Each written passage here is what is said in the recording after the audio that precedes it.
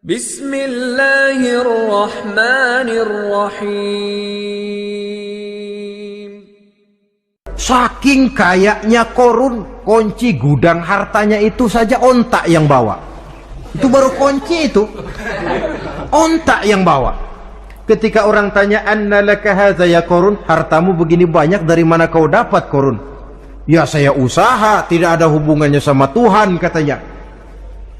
Apa yang terjadi? Lantaran kekurang ajarannya melupakan nikmat, Korun dan seluruh harta bendanya ditenggelamkan Allah oleh gempa bumi. Makanya orang sekarang kalau dia macul ketemu harta, apa katanya? "Gue dapat harta karun." Peninggalan si Korun itu barangkali dahulunya. Allahu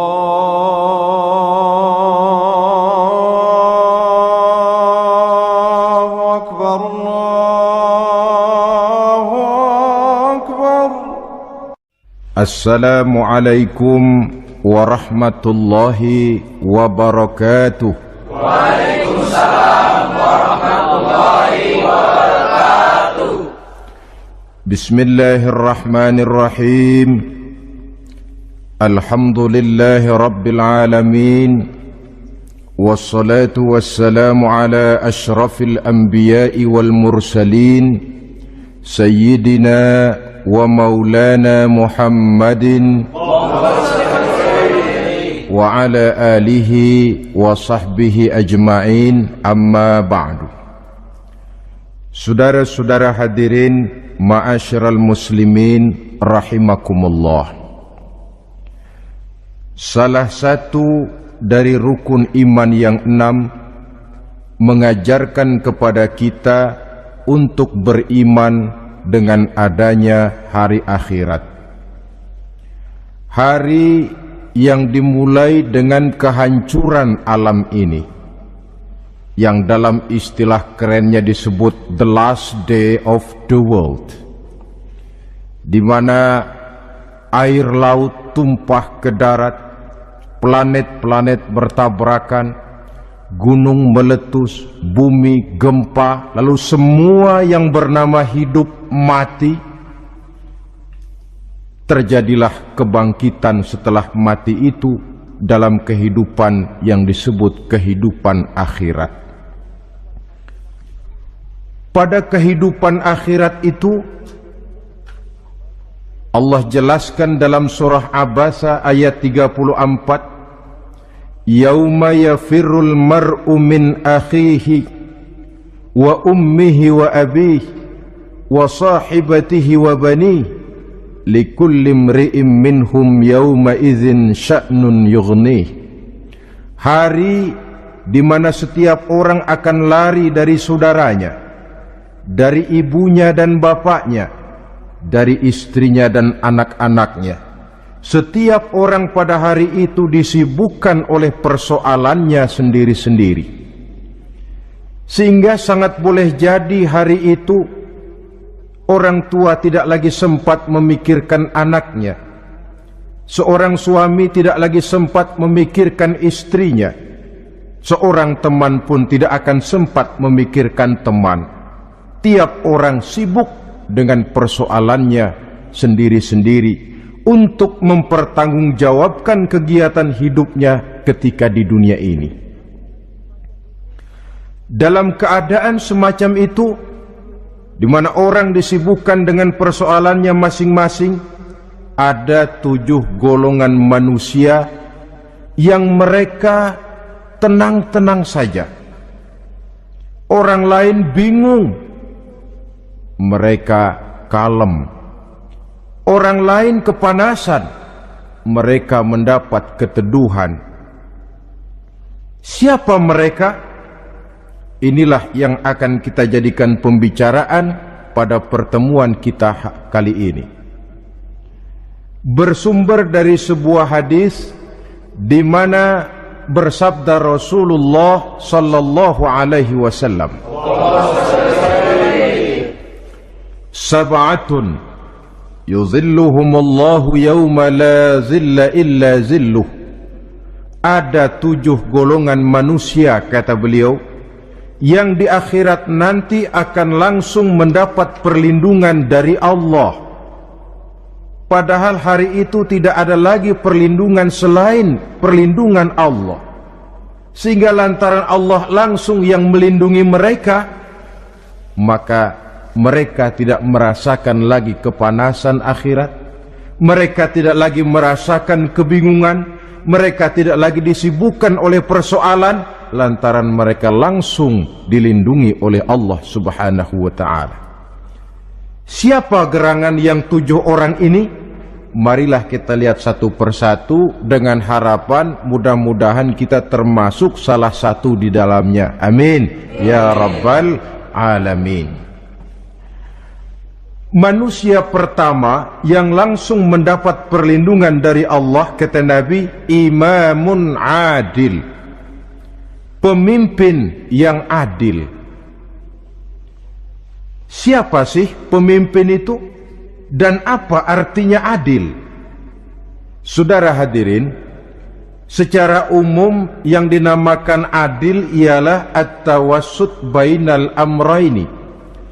Orang yang pandai mengambil sikap jalan tengah dari dua persoalan yang dihadapinya.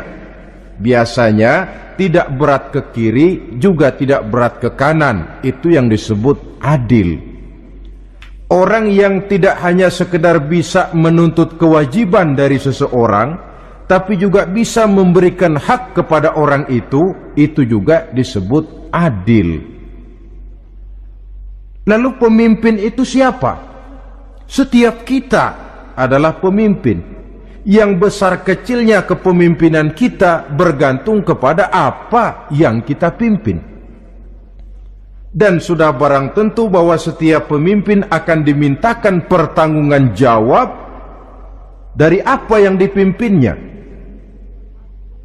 Seorang pemimpin yang adil, dia menaungi orang-orang yang dipimpinnya dalam kehidupan di dunia ini. Pantas kalau di akhirat nanti Allah langsung menaungi mereka. Oleh karena itu, pemimpin merupakan suatu amanah.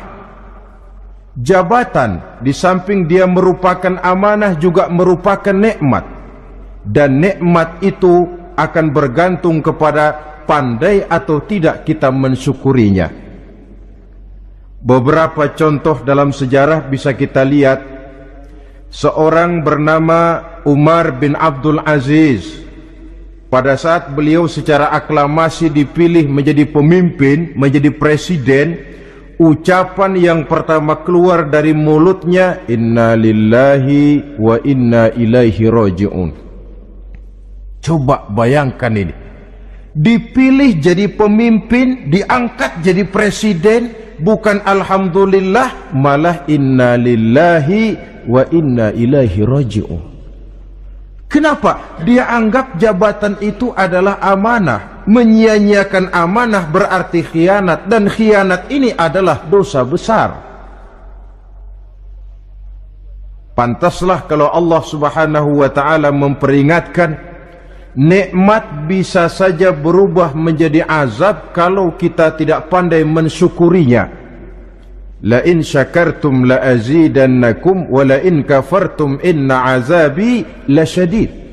Kalau kamu pandai bersyukur, aku tambah nikmatku. Tapi kalau kamu tidak pandai bersyukur, kamu ingkar, kamu lupakan nikmat Allah, awas, azabku amat pedih, kata Allah. Jadi berdasarkan logika dari ayat ini bisa kita katakan orang kaya. Ada orang kaya enggak di sini?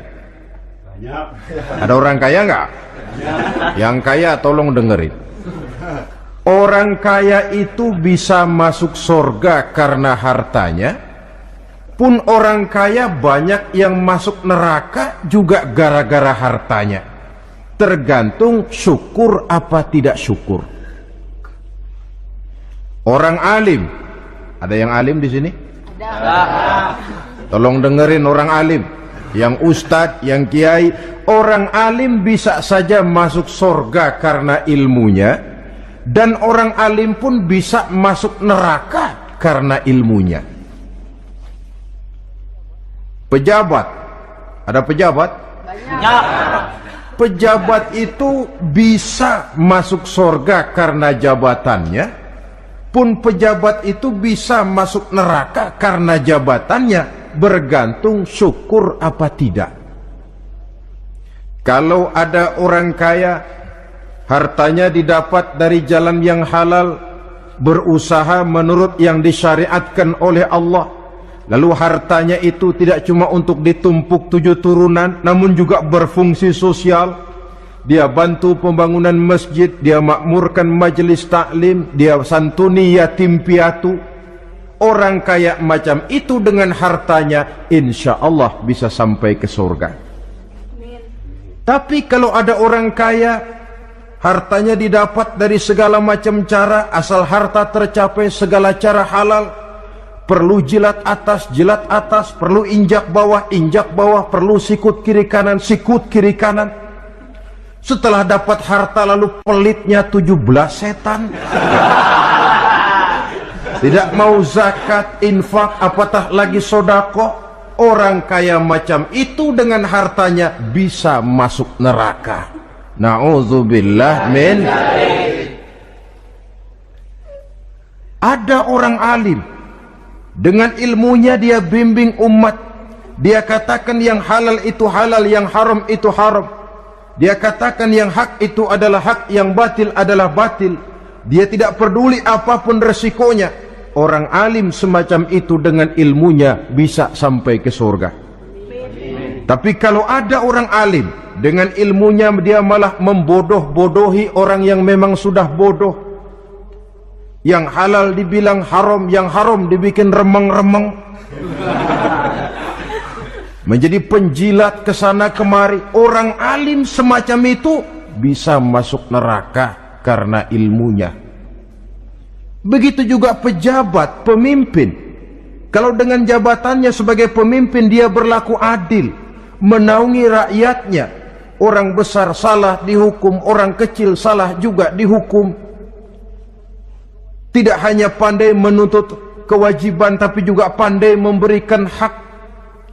Pemimpin yang adil semacam ini mensyukuri nikmatnya jabatannya, dia bisa sampai ke surga karena jabatannya. Tapi kalau dengan jabatannya dia berlaku sewenang-wenang, yang besar salah didiamkan, yang kecil salah segera ditegakkan hukum, hanya pandai menuntut kewajiban dari rakyatnya tapi tidak pandai memberikan hak, maka pemimpin semacam ini lantaran tidak pandai mensyukuri nikmat, bisa saja nikmat itu berubah menjadi azab. Oleh karena itu saudara-saudara, pemimpin menaungi rakyat, pantas kalau di akhirat nanti Allah langsung menaungi beliau. Siapa pemimpin? Tiap kita. Bapak pemimpin di rumah tangganya, ibu pemimpin bagi anak-anaknya, Pak Lurah memimpin di kelurahannya, Pak Camat memimpin di kecamatannya, pemuda pemimpin bagi dirinya sendiri. Akan dimintakan pertanggungan jawab. Kalian para remaja yang hadir di sini memimpin dirimu sendiri. Kau akan ditanya, tanganmu kau lebih banyak gunakan buat apa? Kakimu lebih banyak kau bawa jalan kemana? Lidahmu lebih banyak membicarakan apa? Dan hari pertanggungan jawab nanti kalian jangan berharap akan ada saksi dari luar. Saksinya anggota badan kita sendiri. Dalam surah Yasin Allah jelaskan, Al-yawma nakhtimu ala afwahihim wa tukallimuna aydihim wa tashhadu arjuluhum bima kanu yaksibun. Ada kan di surah Yasin? Ayat berapa? Pokoknya Yasin dah.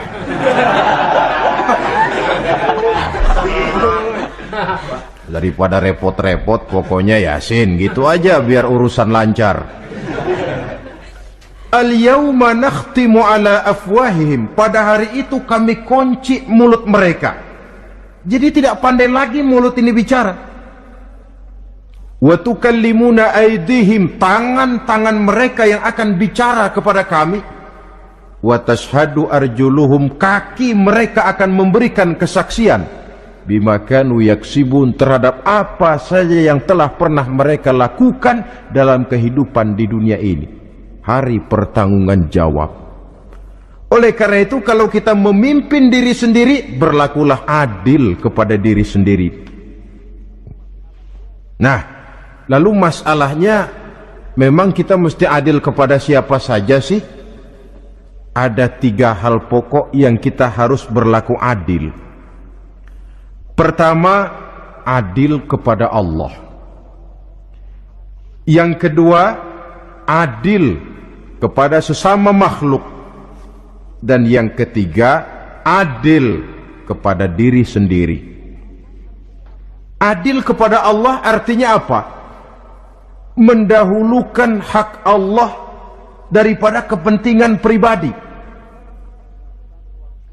Kalau sudah datang waktu sholat asar misalnya, walaupun sedang enaknya latihan voli, berhentilah dulu sebentar. Sholat kita adil kepada Allah. Adil kenapa? Dalam contohnya dengan sholat misalnya, sholat itu kan sehari semalam 5 waktu yang wajib. Betul apa betul? Betul. 5 waktu. Lah sholat itu, kalau sholat bagus, taruhlah 7 menit. Kalau sholatnya itu kilat, 4 menit. Ada lagi yang kilat khusus, nggak pakai perangko, 2 menit barangkali selesai. Taruhlah 5 menit kita ambil yang bagus. Kalau 5 waktu kali 5 menit kan cuma 25 menit. Sementara Allah memberikan kita hidup ini 24 jam sehari semalam. Cuma 25 menit diminta untuk ibadah kepadanya. Tidak sanggupkah kita berlaku adil? 25 menit ini untuk menghadapmu ya Allah, sementara engkau telah memberikan restannya 23 jam 35 menit untuk hidup dalam sehari semalam. Mendahulukan hak Allah daripada kepentingan pribadi. Adil kepada Allah.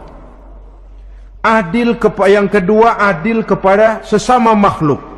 Adil kepada manusia, adil kepada binatang, adil kepada alam. Yang kalau prinsip keadilan itu kita langgar, akan membawa efek bagi diri kita juga.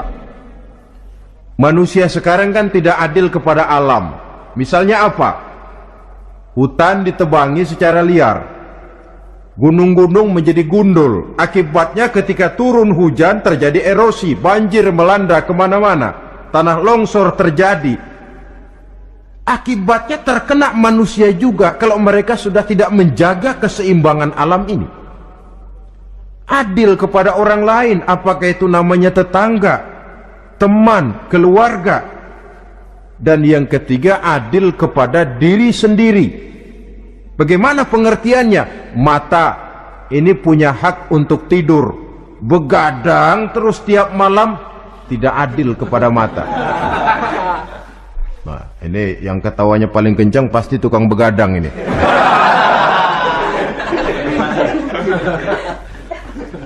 Perut ini punya hak untuk tidur, puasa saja siang malam, mengurangi hak perut. Adil kepada diri sendiri. Untuk kehidupan yang akan datang di akhirat, pasti akan kita temui, kita yakini keberadaannya.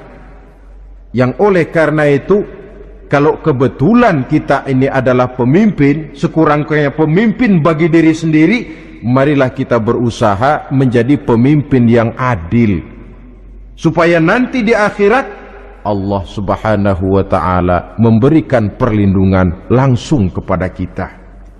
Amin ya rabbal alamin. Ini yang pertama.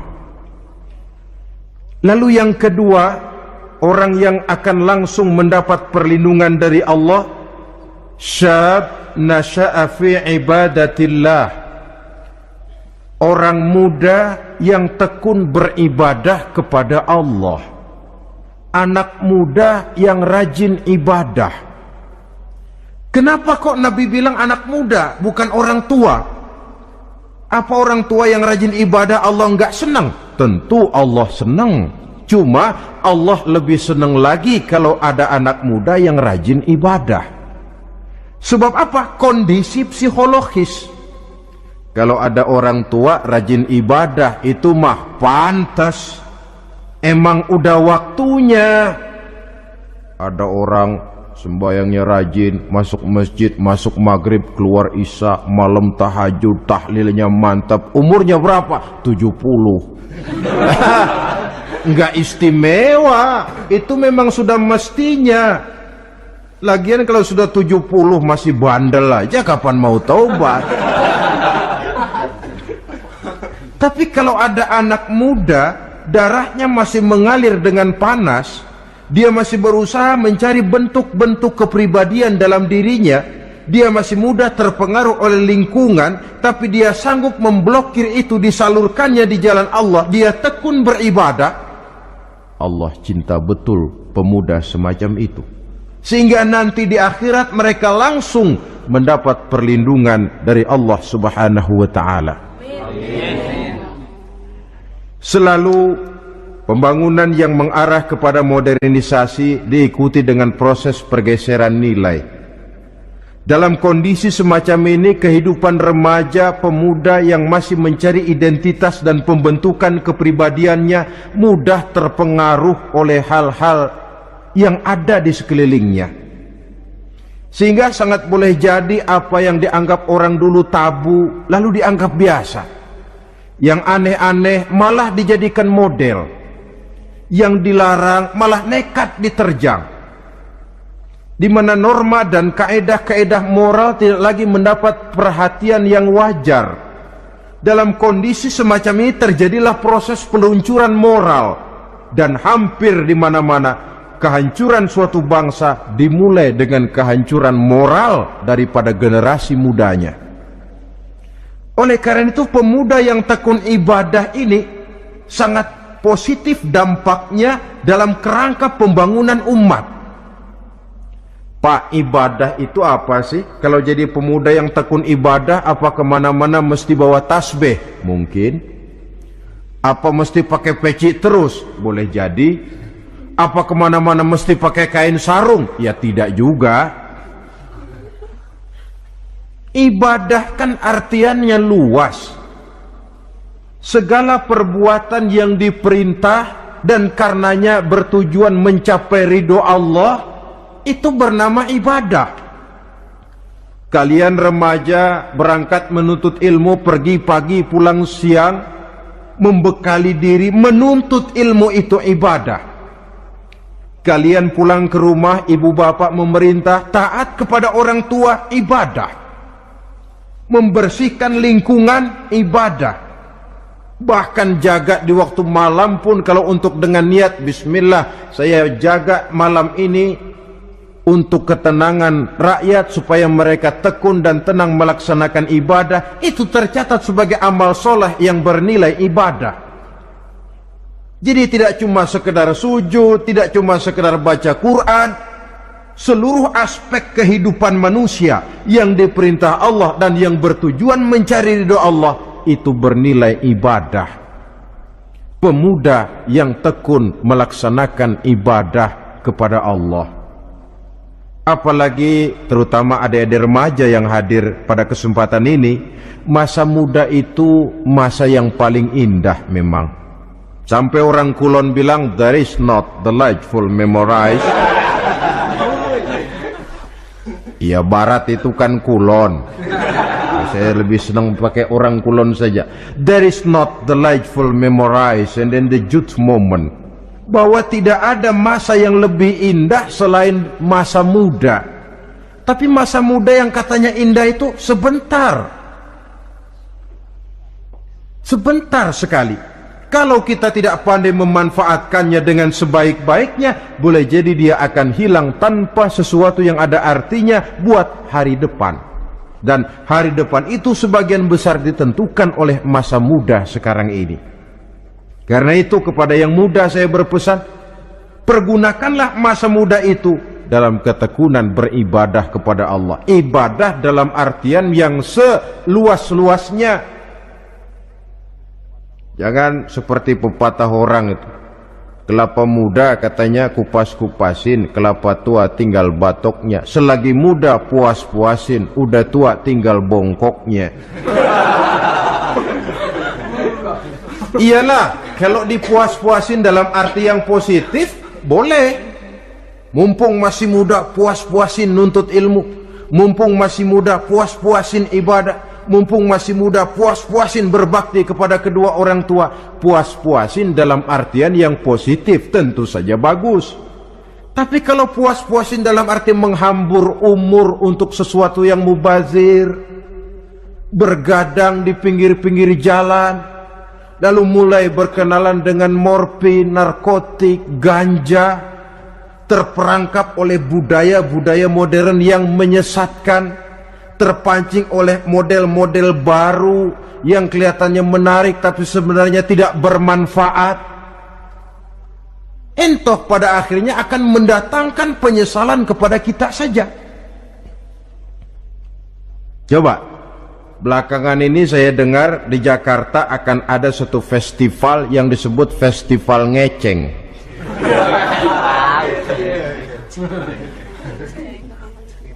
Ngeceng ini kalau bahasa gampangnya nampang. Jadi itu biasanya muda-mudi diri di pinggir-pinggir jalan, pakai kacamata hitam, pakaian warna-warni, rambut dicat sedemikian rupa supaya menarik perhatian. Mereka diri di pinggir-pinggir jalan, nampang, istilah ngepopnya ngeceng katanya. Ini mau diadakan festival. Secara langsung atau tidak, festival ini kan mempopulerkan ngeceng jadinya. Yang tadinya orang awam gak kenal, lantaran diangkat ke permukaan jadi terkenal. Kalau sudah terkenal lalu jadi mode. Kalau sudah jadi mode, latahan. Boleh jadi nanti akhirnya ngeceng masuk desa.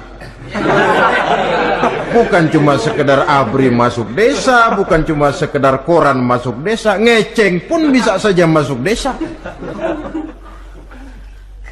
Banyak saluran-saluran positif yang sesuai dengan kreativitas jiwa remaja, ketimbang mengadakan sesuatu yang tidak ada manfaatnya, ketimbang menghabiskan umur untuk sesuatu urusan yang mubazir. Sedangkan umur bukan jatah gratis tanpa batas waktu. Ada pertanggungan jawab. Umurmu kau habiskan di mana? Masa mudamu kau selesaikan di mana? Itu akan dimintakan pertanggungan jawab. Nah, pemuda yang tekun ibadah kepada Allah, dampak positifnya apa? Dia punya sandaran vertikal kepada Allah. Jiwanya besar, jiwanya mandiri. Dan ini yang kita perlukan. Pemuda yang siap jadi pelopor, bukan pengekor. Pemuda yang sanggup mandiri dan bukan membanggakan keturunan leluhurnya. Kata pepatah, wa khairun nasi dzu syarafin qadimin aqama li nafsihi syarafan jadida wa syarrun nasi dzu khumulin idza fakhartahum zakarul jaduda. Generasi yang baik adalah generasi yang punya kejayaan masa lalu, dan buat mereka sendiri mereka mampu mendirikan kejayaan yang baru. Artinya nenek moyangnya memang orang-orang terhormat, tapi dia mampu mandiri mendirikan kehormatan itu bagi pribadinya. Sebaliknya, generasi yang paling jelek adalah generasi pemalas, yang kalau orang lain kelihatan lebih hebat, dia sebut-sebut nenek moyangnya. Lu sih belum apa-apa, bapak gua dong, bapak gua katanya. Lu sih belum apa-apa, om saya dong, tante saya dong. Kerjanya cuma membangga-banggakan leluhur, dia sendiri tidak ada apa-apanya. Ini generasi yang paling jelek. Kalau orang kelihatan lebih hebat, dia sebut leluhurnya, sementara dia sendiri nol nilainya, tanpa ditunjang oleh fasilitas leluhurnya. Pasukan pemuda mandiri macam ini yang kita perlu. Bukan sekedar pasukan pemuda oke bos, kulo nuwun, yes sir, yes man, kumaha juragan wae.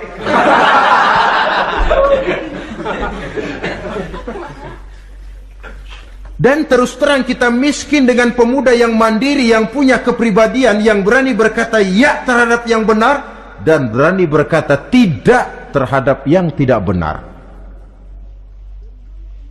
Dari mana ini didapat? Sandaran vertikal dalam bentuk ibadah kepada Allah akan memantapkan jiwa, membersihkan hati, sehingga dia akan berfungsi seperti radar.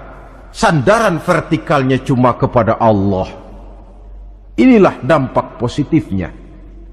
Karena itu tentu saja kita berharap sekurang-kurangnya pemuda-pemudi yang hadir pada kesempatan ini menjadilah pemuda-pemudi yang tekun beribadah kepada Allah. Amin. Amin.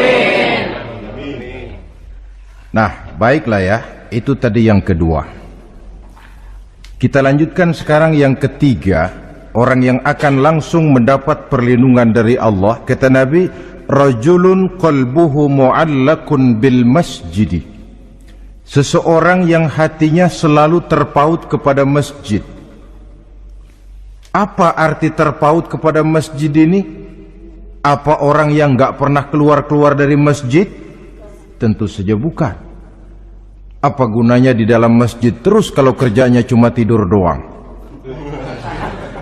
Maksud terpaut kepada masjid ini, hatinya selalu berpikir bagaimana memakmurkan masjid. Jasadnya boleh saja ada di kantor, boleh saja ada di pasar, boleh ada di sawah, boleh ada di ladang, tetapi hasil daripada usahanya dia lalu berpikir bagaimana memakmurkan masjid. Sebab apa? Masjid merupakan center of activity, pusat daripada kegiatan umat. Kalau kita lihat fungsi masjid di zaman Rasul, di masjid beliau berdakwah, di masjid beliau mengatur negara, di masjid beliau mengadakan perundingan, di masjid beliau bermusyawarah dengan para sahabat. Pusat daripada kegiatan umat. Dan memakmurkan masjid ini dasarnya tidak lain karena iman kepada Allah. Prinsipnya bagaimana kita menghidupkan masjid dan bukan mencari hidup di masjid. Kalau sudah prinsipnya dibalik, bukan menghidupkan masjid tetapi mencari hidup di masjid, saya khawatir masjid akan ambruk. Nyatanya kadang-kadang masjid kita ini fungsinya belum maksimal.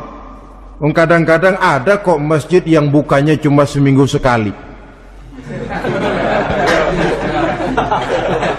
Jumat pagi jam 9 masjid buka, Jumat jam 2 tutup, buka-buka lagi Jumat depan. Seminggu sekali. Kelemahan lainnya manajemen masjid, terus terang sajalah kita bicara. Kadang-kadang pengelolaannya ketua masjid bapaknya, khatib mantunya, sekretaris ponakannya, imam Bilal cucunya. Gak ada orang lainnya. Ya kalau bagus kepengurusannya tidak apalah. Tapi kadang-kadang kelemahannya ialah bagaimana menciptakan manajemen masjid yang baik sehingga masjid bisa berfungsi sebagaimana fungsinya di zaman Rasulullah sallallahu alaihi wasallam. Apalagi belakangan ini ada kecenderungan yang membuat kita optimis, gembira. Remaja, pemuda-pemudi mulai gemar datang ke masjid, berkumpul membentuk remaja masjid, remaja musola, mengadakan kegiatan majelis taklim yang mingguan, yang bulanan, aksi sosial yang semuanya bermuara dari kehidupan masjid. Sesuatu yang menggembirakan. Dan sudah sepatutnya para pengelola masjid membuka pintu untuk bisa mengatur masjid menurut manajemen yang diharapkan oleh umat. Karena bagaimanapun di masjid dua jalur komunikasi, bahasa kerennya two-way traffic communication, itu bisa kita laksanakan, yaitu hablum minallah wa hablum minan nas. Berhubungan kepada Allah dan berhubungan kepada sesama manusia bisa terlaksana di masjid. Berhubungan dengan Allah jelas saja lewat sholat misalnya. Berhubungan dengan sesama manusia jelas saja lewat musyawarah, lewat majelis taklim, lewat kegiatan-kegiatan yang mensyiarkan agama. Dan begitu selanjutnya. Saudara hadirin yang saya hormati, memakmurkan masjid sebagai rumah Allah. Sebab dalam hadis kursi Allah katakan, inna buyuti fil ardi al masajid wa inna zuwari fiha ummaruha. Rumahku di permukaan bumi adalah masjid-masjid, kata Allah. Dan orang-orang yang memakmurkan masjid, orang yang datang ke masjid adalah tetamuku. Kalau Allah memerintahkan kita menghormati tamu, tentu Allah lebih tahu bagaimana menghormati tamunya sendiri. Allah mengajarkan kita, hormatilah tamumu. Sekarang kita yang menjadi tamunya Allah dengan datang ke masjid, dengan memakmurkan masjid, Allah lebih tahu menghormati tamunya. Ini yang ketiga. Yang keempat, hadirin, orang yang langsung mendapat perlindungan dari Allah itu rajulani tahabba fillahi ijtama'a alaihi wa tafarraqa alaihi. Dua orang yang menjalin persaudaraan, yang bertemu dan berpisah karena Allah, bersaudara karena Allah, bukan karena orang punya pangkat tinggi lalu kita temani, bukan karena orang kaya lalu kita dekati, tetapi karena Allah. Kau di jalan Allah, mari kau saudara saya. Kau keluar dari jalan Allah, maaf sajalah, bawalah dirimu sendiri, saya akan membawa diri saya. Lebih baik sendiri daripada berteman jahat. Berdua memang lebih baik daripada sendiri, tapi sendiri lebih baik daripada berteman jahat. Maksudnya apa ini? Sederhana dalam benci, sederhana dalam cinta. Ukurannya Allah. Al-Quran mengisyaratkan, wa asa an tuhibbu syai'an wa huwa syarrul lakum wa asa an takrahu syai'an wa huwa khairul lakum. Sangat boleh jadi, kata Allah, kamu menyenangi sesuatu padahal akibatnya tidak baik bagi kamu, dan sangat boleh jadi kamu membenci sesuatu padahal akibatnya baik bagi kamu. Nah, mari kita lihat. Kalau orang bersaudara cuma karena temannya itu punya pangkat tinggi, saya yakin kalau temannya pensiun, persaudaraannya akan selesai sampai di situ. Kalau kita mencari teman cuma karena dia kaya, satu saat dia jatuh bangkrut, jatuh miskin, persaudaraan akan selesai sampai di situ. Tapi kalau karena Allah yang bisa memisahkan kita apabila orang sudah keluar dari jalur yang diridhoi oleh Allah Subhanahu wa ta'ala. Oleh karena itu, kepada semua hadirin, mari menjalin persaudaraan dalam bentuk ideal yang diajarkan oleh Islam, nilai persaudaraan yang diikat oleh akidah. Kalaupun harus benci, bencilah sederhana, tidak habis-habisan ngebenci orang. Kalaupun harus cinta, cintalah sederhana. Boleh jadi yang hari ini kita benci bukan main, besok kita senangi. Mungkin yang hari ini kita cintai mati-matian, besok sudah berubah menjadi yang kita benci. Sederhana saja, tidak usah berlebih-lebihan. Kalau nilai persaudaraan yang diajarkan ini bisa kita wujudkan, persaudaraan yang diikat dengan nilai akidah, maka dari persaudaraan semacam itu, insya Allah kita bisa berbuat banyak untuk kepentingan diri, keluarga, masyarakat kita pada umumnya. Ini kelompok yang keempat. Orang kelima yang nanti langsung mendapat perlindungan Allah, rajulun da'athum ra'atun zatu mansibin wa jamalin ila nafsiha faqala inni akhafullaha rabbal alamin.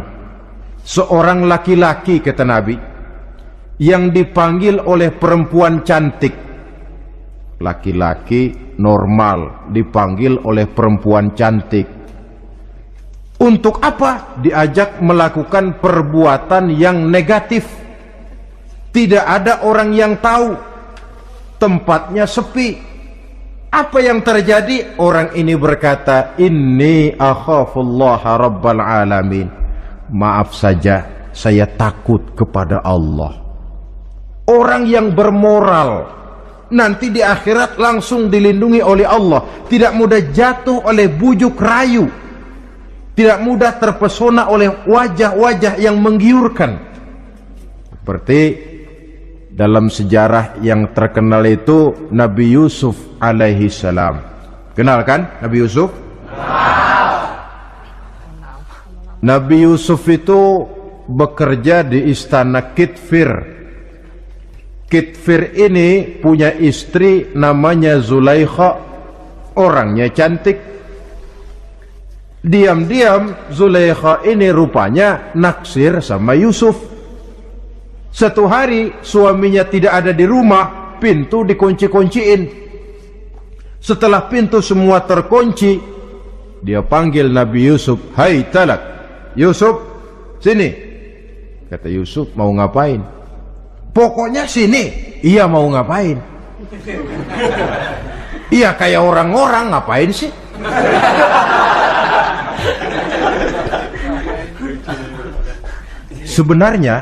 Sebenarnya ini Zulaikha senang kepada Yusuf, Yusuf pun demikian. Walaqad hammat bihi wa hamma biha. Zulaikha menyenangi Yusuf, Yusuf pun menyenangi Zulaikha. Tapi apa? Walaula an ra'a burhana rabbih. Andai kata Yusuf tidak melihat peringatan Tuhannya, letter S. Yusuf, ini bukan pekarangan ente, dilarang parkir di sini.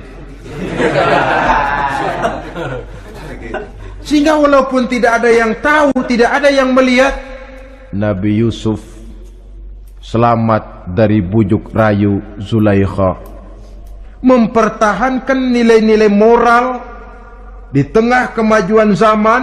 Memang merupakan pekerjaan yang tidak ringan, merupakan pekerjaan yang sangat berat. Akan ada saja cobaan, akan ada saja gangguan yang kita temui di sepanjang perjalanan hidup ini. Tapi sebaliknya, kalau orang sudah tidak lagi menjunjung moral yang tinggi, lalu hidup menurut selera sendiri-sendiri, ya kita lihatlah lahirnya kebudayaan kumpul kebo yang diawali dengan free sex yang mengarah kepada summon leven alias hidup bersama tanpa nikah. Memang sebabnya boleh jadi macam-macam. Mungkin karena broken home, nggak merasa diperhatikan di rumah, ibu bapak sibuk, lalu anak mencari kesibukan sendiri. Mungkin karena tekanan ekonomi dalam kehidupan miskin, lalu ada yang menawarkan kerjaan, tidak taunya malah dilemparkan ke lembah hitam. Mungkin juga karena pengaruh pergaulan dari lingkungan baik-baik, lalu berteman dengan yang tidak baik, hanyut ditelan arus pergaulan. Mungkin juga pengaruh kebudayaan yang dia tonton, buku yang dia baca, film yang dia lihat, ikut mewarnai dan membentuk kepribadiannya.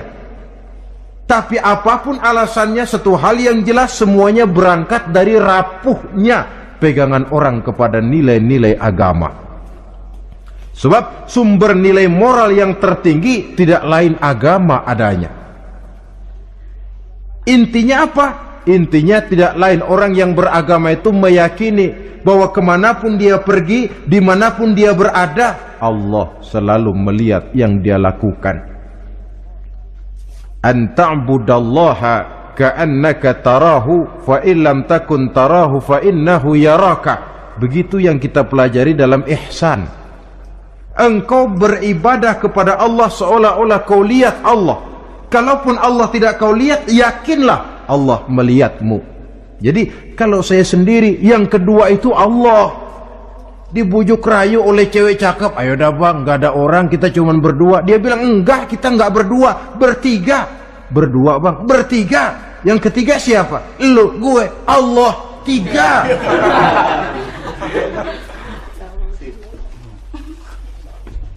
Di kantor mau korupsi, dia kasak kusuk, gerasak gerusuk, cari apa yang seharusnya menjadi hak orang lain. Tidak ada yang lihat, tapi dia tidak sendiri. Saya berdua. Yang kedua, Allah. Merasakan kehadiran Allah dekat dalam hidup. Nilai moral semacam ini menyelamatkan masyarakat. Pantas kalau orang semacam ini di akhirat nanti langsung mendapat perlindungan dari Allah Subhanahu wa ta'ala. Karena itu terutama adik-adik remaja yang hadir, sebenarnya yang paling mahal dalam hidupmu adalah harga dirimu. Kalau itu sudah terjual dan tergadai, apalagi yang bisa kau banggakan dalam hidup ini? Titel yang berenteng barangkali, harta yang banyak, mobil yang serba berkilat barangkali, tidak akan banyak manfaatnya kalau sudah dimulai dengan kehancuran daripada harga diri. Tidak ada yang lebih mahal daripada harga diri. Jagalah itu baik-baik, pelihara nilai-nilai moral. Makin pandai kau jaga diri, insya Allah makin mahal hargamu dalam pandangan manusia, lebih-lebih juga dalam pandangan Allah.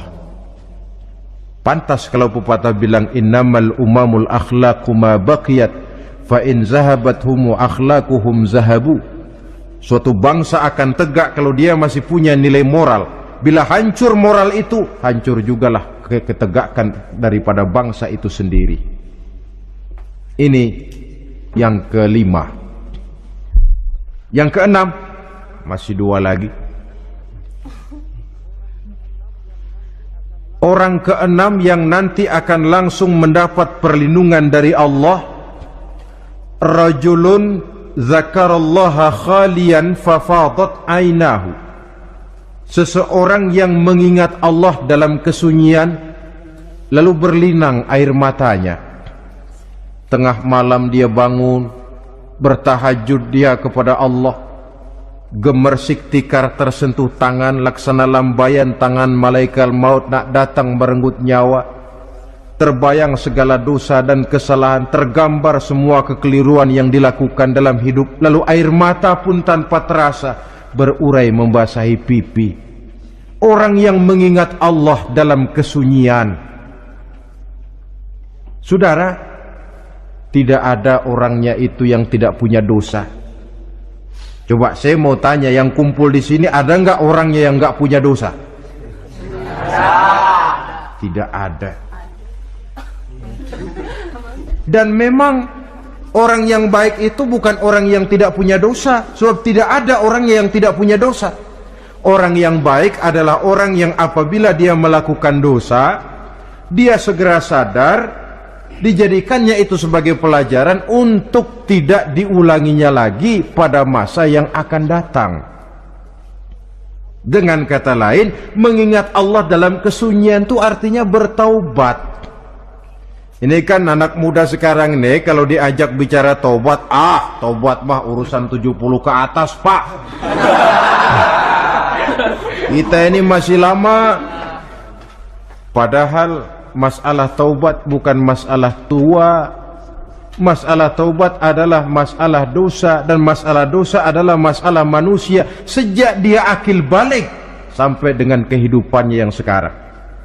Sengaja atau tidak, besar atau kecil, ringan atau berat, tiap kita mesti mempunyai yang namanya dosa. Allah Maha penerima taubat sepanjang nafas belum sampai di kerongkongan. Jikalau nafas sudah sampai di tenggorokan, baru kita mau melaksanakan yang namanya taubat. Kasihlah itu.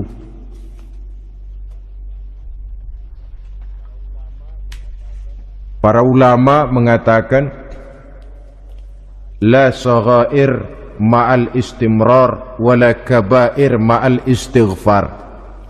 Tidak ada dosa kecil kalau ditumpuk terus, dan tidak ada dosa besar kalau diikuti dengan istighfar, permohonan ampun kepada Allah.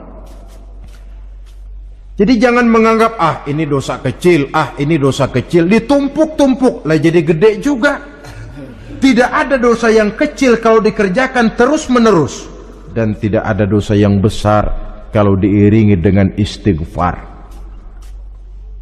Dalam kehidupan ini, apabila dosa sudah bertumpuk, maksiat merajalela, munkarat menjadi jadi, Allah tidak akan segan-segan menurunkan azab.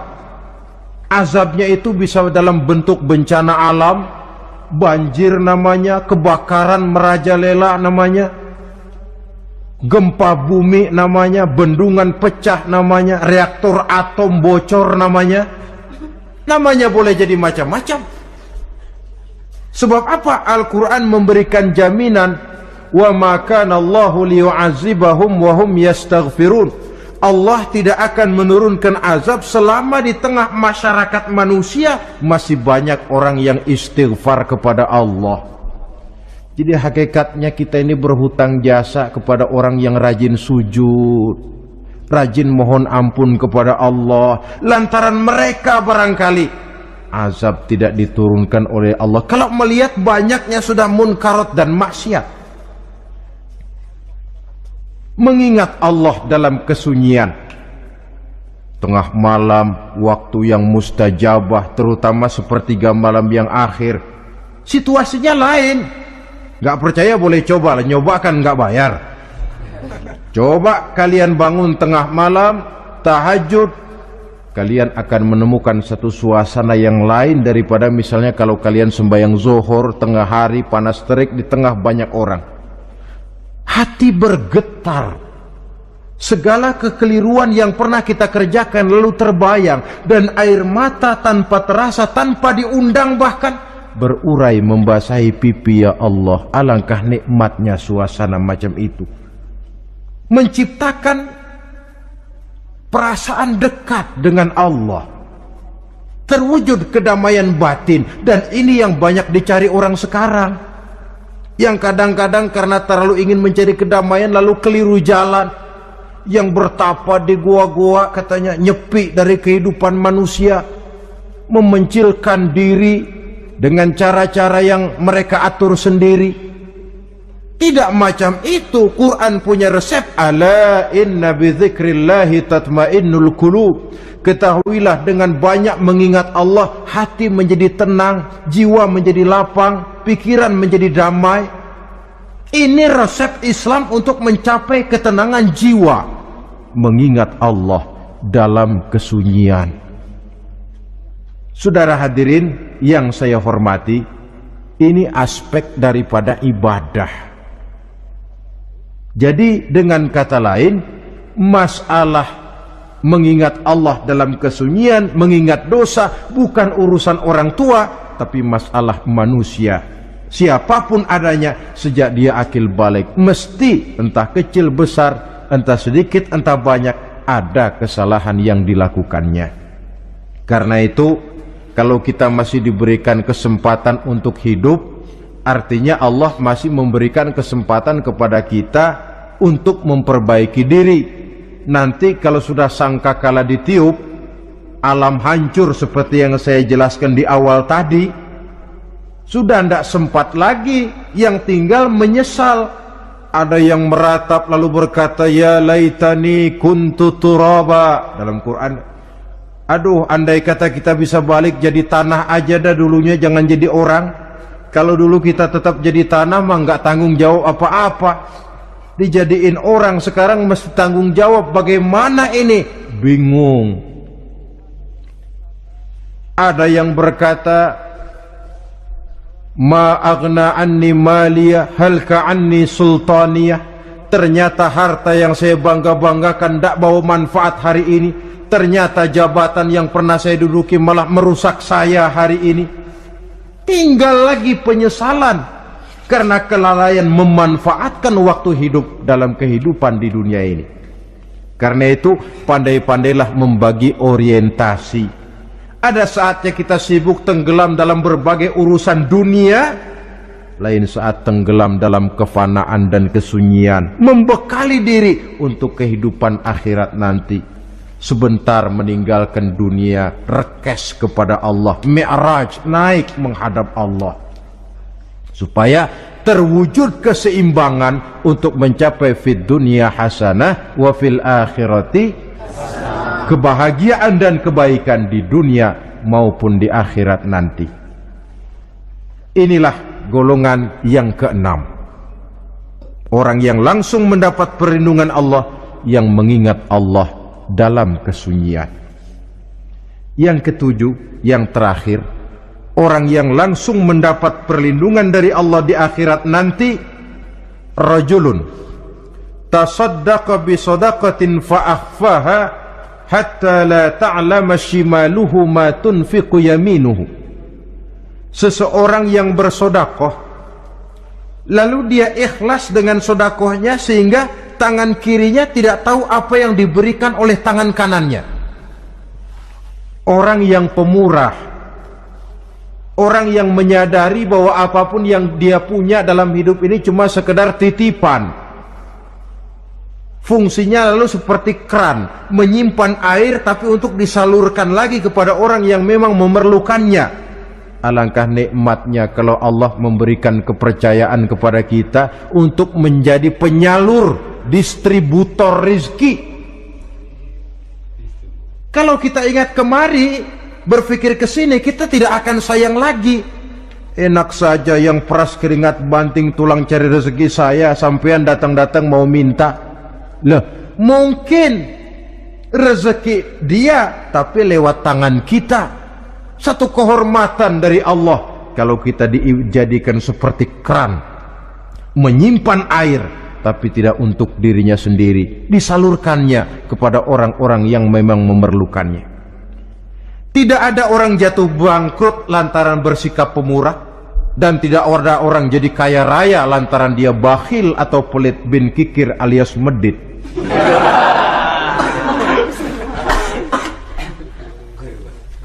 Dalam kitab Riyadhus Shalihin kita baca tiap pagi ke alam ini turun 2 malaikat.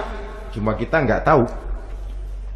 Dua-duanya berdoa. Yang sebelah kanan berdoa, yang sebelah kiri berdoa. Kata yang sebelah kanan doanya tiap pagi ini. Kata yang malaikat yang satu dia berdoa, Allahumma a'ti munfiqan khalafa. Ya Allah, kepada orang-orang yang suka infak, kepada orang-orang yang suka memberi, kepada orang-orang yang pemurah, gantilah mereka dengan yang lebih baik dari apa yang telah mereka berikan. Lalu malaikat yang satu berdoa, Allahumma a'ti mumsikan talafa. Ya Allah, kepada orang-orang yang mumsik, bakhil, kikir, berilah mereka kerusakan dan kebinasaan di dalam harta mereka. Maka lihat sajalah, orang kaya tapi pelit, ada saja jalan yang kira-kira duitnya bakalan jadi keluar dan gak ada pahalanya. Apa kena musibah lalu berobat sekian juta, apa kemalingan, apa ditipu orang, ada saja cara duitnya keluar yang gak ada pahalanya. Inilah prinsipnya Allah mencintai orang pemurah. Dalam hadis kursi, uhibbu ahlas sakha wa hubbi lil faqiri sakhi asyad. Aku cinta kepada orang yang pemurah, tapi aku lebih cinta kepada orang miskin yang pemurah. Orang kaya pemurah Allah cinta, orang miskin pemurah Allah lebih cinta. Kenapa? Nilainya lain. Orang kaya sedekah 500, orang miskin sedekah 500, sama 500-nya, tapi saya yakin pahalanya lebih besar buat si miskin. Kenapa? Buat orang kaya 500 apa artinya? Sekelebatan. Buat si miskin 500 dia mesti peras keringat banting tulang, tapi dia berani memberi seperti beraninya orang kaya. Nilai ini yang dilihat oleh Allah.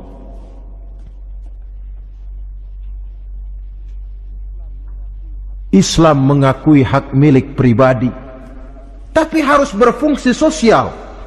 Di dalam harta yang kita miliki itu ada haknya masjid, ada haknya yatim, ada haknya madrasah. Dan Allah subhanahu wa ta'ala bisa, saya katakan di awal tadi, merubah nikmat menjadi azab kalau kita tidak pandai mensyukurinya.